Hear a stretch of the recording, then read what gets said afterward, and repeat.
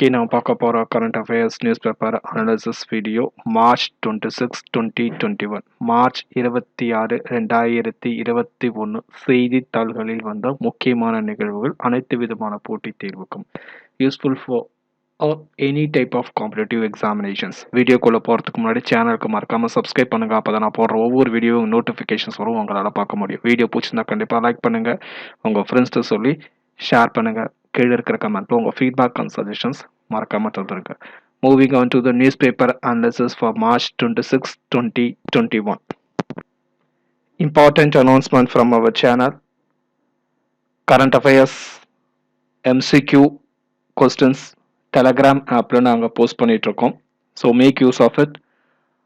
Daily current affairs questions through Telegram app link டிஸ்கிரிப்ஷனில் தந்திருக்கோம். அதை யூஸ் பண்ணிக்கோங்க. கொஸ்டின்ஸ் டெய்லி ஆன்சர் பண்ணுங்க, உங்களை நீங்களே என்ரிச் பண்ணிக்கோங்க. Moving on to the newspaper analysis for March 26 2021. Here comes the first one. National Bank for Financing Infrastructure and Development Bill, NBFID Bill. NBFID Bill. Parliament passed the National Bank for Financing Infrastructure and Development Bill 2021. உள்கட்டமைப்பு மேம்பாட்டுக்கான தேசிய வங்கி மசோதாவை பாராளுமன்றம் நிறைவேற்றியுள்ளது. உள்கட்டமைப்பு மேம்பாட்டுக்கான தேசிய வங்கி மசோதாவை பாராளுமன்றம் நிறைவேற்றியுள்ளது. மாநிலங்களவை நேத்திக்கு அந்த பில்லை பாஸ் பண்ணாங்க மார்ச் 25. மக்களவை லோக்சபா மார்ச் 24 அந்த பில் பாஸ் பண்ணிருக்காங்க. ஸோ குடியரசுத் தலைவர் சைன் போடுறதுக்கு இன்னும் ஒரு 2-3 நாள் ஆகும். பிகாஸ் இஸ் இன் ஹாஸ்பிட்டல் இன்னைக்கு அட்மிட் பண்ணியிருக்கிறாங்க due to normal medical checkup. So அது வந்ததுக்கப்புறம் அந்த டேட்டு நம்ம மென்ஷன் பண்ணிக்கலாம்.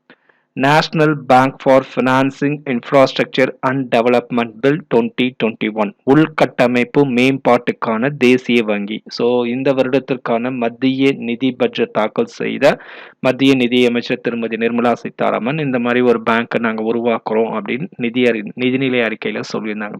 அது பேர்லேயே தெரியுது. It is to finance the infrastructure. மேம்பாட்டுக்காக கண்ட்ரியில் இருக்கிற இன்ஃப்ராஸ்ட்ரக்சர் டெவலப்மெண்ட்டுக்காக தனியாக நிதி ஒதுக்கிறதுக்காக இந்த பேங்க் அப்படிங்கிறாங்க.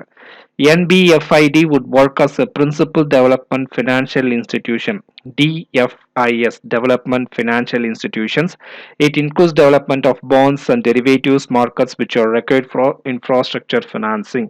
ஸோ ஒரு மேம்பாட்டுக்கு தேவையான அனைத்து விதமான நிதி சம்பந்தப்பட்ட பிரச்சனைகள் இல்ல பரிவர்த்தனைகள் அனைத்தையும் இந்த வங்கி மேற்கொள்ளும் அப்படின்ற மாதிரி இந்த மசோதால தெரிவிக்கப்பட்டுள்ளது.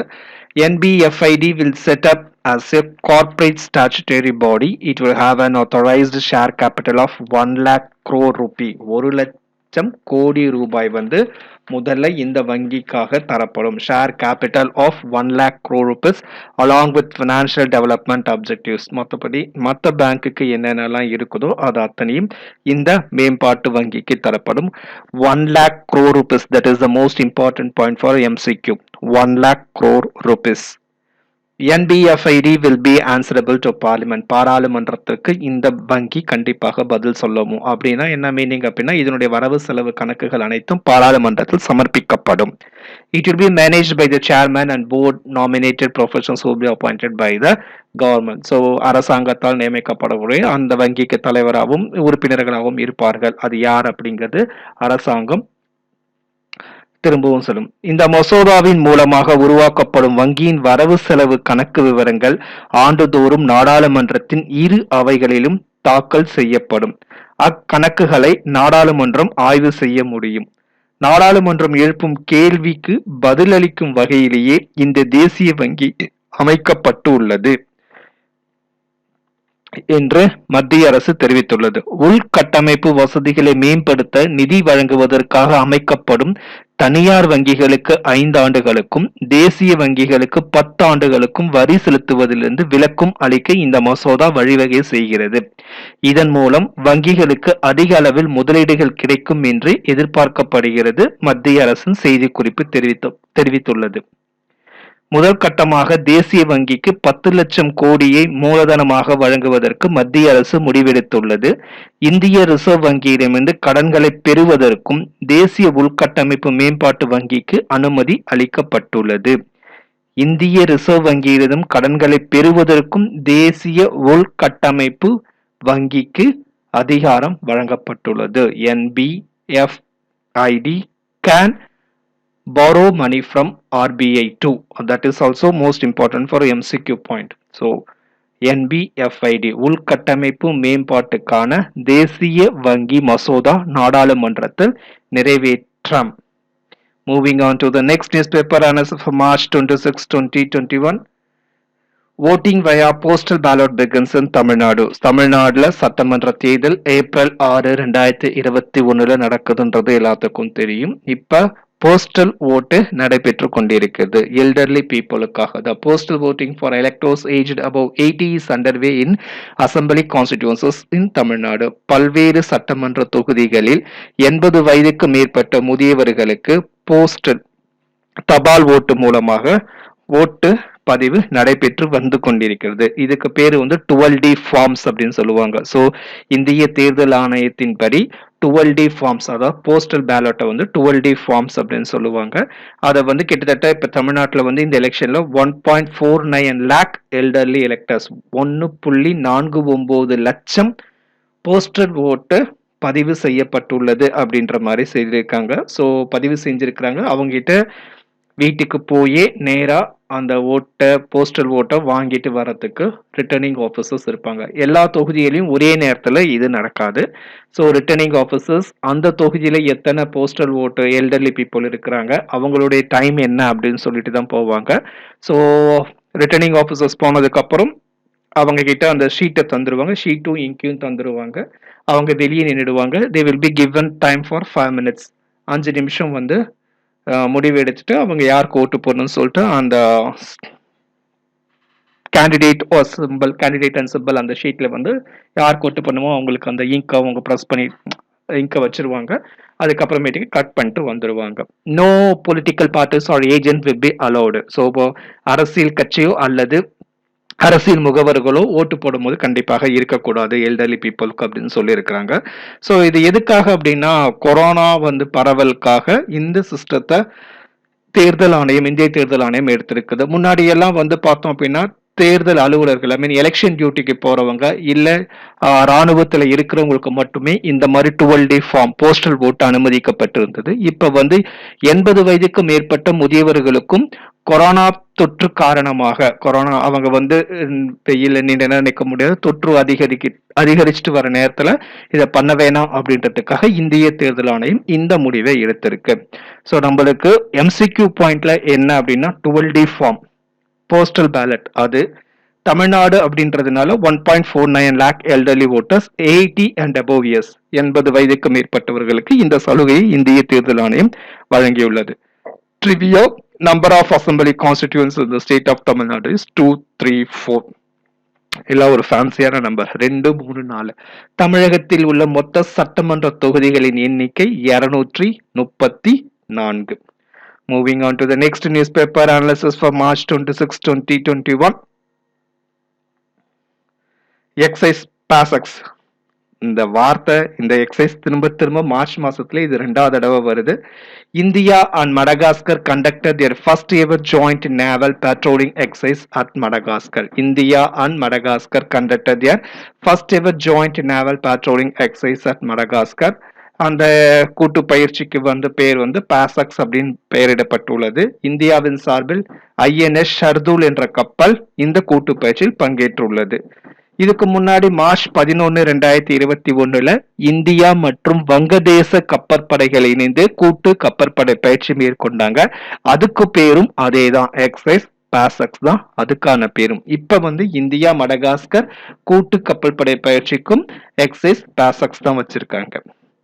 Moving on to the next newspaper analysis for March 26, 2021. India மற்றும் தென் Korea, India and South Korea இரண்டு நாடுகளும் சேர்ந்து இந்திய கொரியன் பைலேட்டரல் ஃப்ரெண்ட்ஷிப் பார்க், ஓகேங்களா, நட்பு பூங்கா, இந்தியா கொரிய இரு நாட்டுக்கான நட்பு பூங்காவை டெல்லி கண்டோன்மெண்டில் திறந்து வைக்கப்பட்டுள்ளது. இந்திய பாதுகாப்புத்துறை அமைச்சர் திரு ராஜ்நாத் சிங்கும் அவர் கவுண்டர் பார்ட் சவுத் கொரியன் பாதுகாப்புத்துறை அமைச்சர் ஷூ ஹோக் இருவரும் இணைந்து Indo Korean bilateral friendship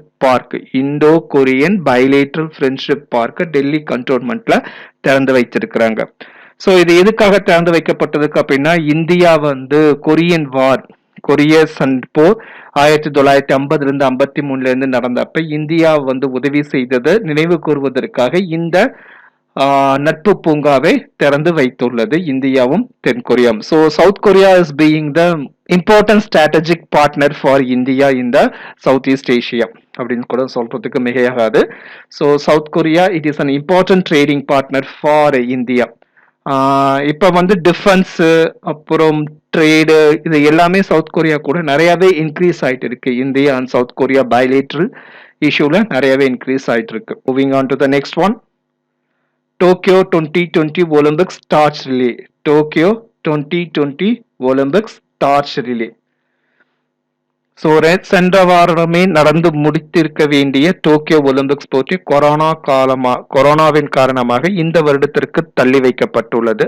so ஜூலைல தொடங்க இருக்கக்கூடிய இந்த டோக்கியோ ஒலிம்பிக்ஸ்க்கான ஒலிம்பிக் ஜோதி ஓட்டம் நேற்று தொடங்கப்பட்டது.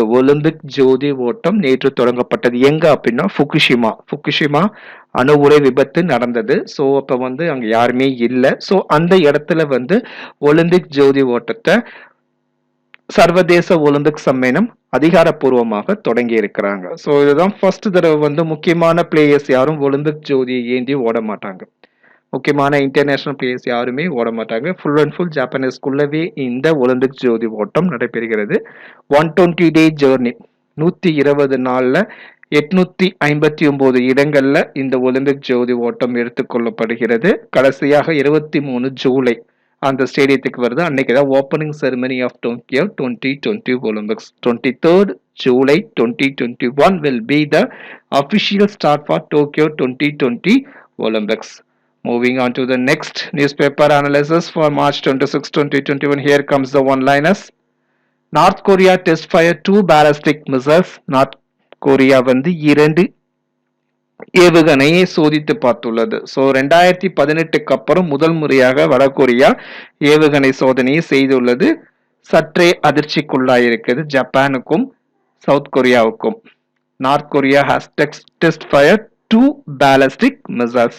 நெக்ஸ்ட் புக், ஒரு புத்தகம், escaped true stories of Indian fugitives in London. எழுதுனது டேனிஷ் கான் அண்ட் ரோஹி கான். ஸோ இந்தியாவிலிருந்து தப்பித்து போய் லண்டன்ல செட்டில் ஆயிருக்கிற கடனாளிகள், ஃபியூஜிட்டிவ்ஸ், ஓகே, நாடு கடத்தப்பட்டவர்கள் அப்படின்னு கூட நம்ம சொல்லிக்கலாம். Escaped true stories of Indian fugitives in London. கிட்டத்தட்ட நிறைய பேர் இருக்காங்க. நம்மளுக்கு தெரிஞ்சது நிரவ் மோடி, விஜய் மல்லையா தான். கிட்டத்தட்ட ஒரு 13 பேர் இந்த புக்ல அந்த ஆத்தர்ஸ் சொல்லியிருக்காங்க, Danish Khan and Rohi Khan. Next one, Asia's largest tulip garden, 74 acres, 74 acre பரப்பளவில் உள்ள ஆசியாவின் மிகப்பெரிய துலிப் பூங்கா. ஓகேவா, ஸ்ரீநகர்ல இருக்கு. அது பொதுமக்கள் பார்வைக்கு திறந்து வைக்கப்பட்டுள்ளது. இதுக்கு இன்னொரு பேரும் இருக்கு, Indira Gandhi memorial tulip garden. Indira Gandhi நினைவு துலிப் பூங்கா அப்படின்றதும் பேரிடப்பட்டு Indira Gandhi memorial tulip garden. Moving on to the next one. Volcano Mount Pegradal spots erupted in Iceland. Iceland நாட்டில் எரிமலை ஒன்று வெடித்து சிதறியுள்ளது. 800 ஆண்டுகளுக்கு பிறகு இந்த எரிமலை வெடித்து சிதறியுள்ளது. பேக்ரதால்ஸ் பயாட்ஸ் அப்படிங்கிறது இந்த எரிமலையோட பெயர்.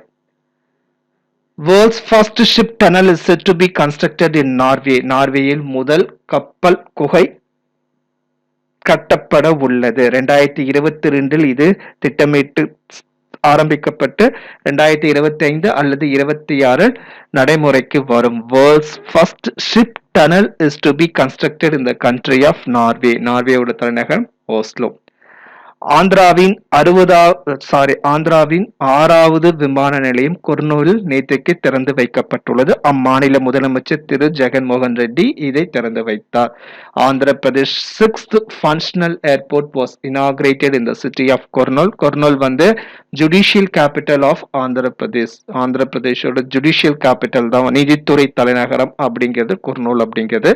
ஸோ இந்த ஏர்போர்ட்டுக்கு வந்து ஃப்ரீடம் ஃபைட்டர், சுதந்திர போராட்ட தியாகியான உயலவாடா நரசிம்ம ரெட்டி அப்படிங்கிறவரோட பேரை சூட்டுறதாக ஆந்திர அரசாங்கம் தெரிவித்துள்ளது. உயலவாடா நரசிம்ம ரெட்டி ஒரு படம், சிரஞ்சீவி நயன்தாரா நடிச்சது. உயலவாடா நரசிம்ம ரெட்டின்ற பெயர் சூட்டப்படும். It's now time for the question corner. Today's question: world Thirukkural conference 2021 was held in. உலக திருக்குறள் மாநாடு 2021 எங்கு நடைபெற்றது? Option A Singapore, option B Port, option C Thanjavur, option D Puducherry. Answer யோசிச்சு வைங்க. இதுக்கான ஆன்சரை நம்ம நாளைக்கு வீடியோல பார்க்கலாம். நேற்று கேட்கப்பட்ட கேள்விக்கான பதில். Answer for the previous question: Maitri Setu was announced recently. It is associated with the state of. சமீபத்தில் செய்திகளில் வந்த மைத்ரி சேது எந்த இந்திய மாநிலத்துடன் தொடர்புடையது? சரியான விடை திரிபுரா. ஸோ இதுதான் இந்தியாவுக்கும் வங்கதேசத்துக்கும் இப்ப இணைக்கிறது. ஃப்ரெண்ட்ஷிப் பிரிட்ஜ் அப்படின்னு கூட சொல்லலாம். மைத்ரி சேது ஃப்ரெண்ட்ஷிப் பிரிட்ஜ் அப்படின்னு இன்னொரு பேரு. திரிபுரா வந்து வங்கதேசத்தோட இணைக்கப்படுறதுக்காக இந்த பாலத்தை கட்டப்பட்டுள்ளது, இந்தியாவும் வங்கதேசம். ஸோ இன்னைக்கு பிரைம் மினிஸ்டர் வந்து பங்களாதேஷ் போயிருக்கிறாரு. அதை என்ன நடக்குது அப்படின்னு சொல்லிட்டு நம்ம நாளைக்கு இல்லை நாளான்னைக்கு வீடியோவில் அதை அப்டேட் பண்ணிக்கலாம். With this I'm coming to an end for March 26, 2021 current affairs newspaper analysis video பிடிச்சிருந்தா கண்டிப்பா லைக் பண்ணுங்க, உங்க ஃப்ரெண்ட்ஸ் சொல்லி ஷேர் பண்ணுங்க, கீழே இருக்க கமெண்ட்ல உங்க ஃபீட்பேக் அண்ட் சஜஷன்ஸ் தந்துருங்க. மறக்காம சேனலுக்கு சப்ஸ்கிரைப் பண்ணுங்க, அப்போ நான் போடுற ஒவ்வொரு வீடியோ நோட்டிஃபிகேஷன்ஸ் உங்களால பார்க்க முடியும்.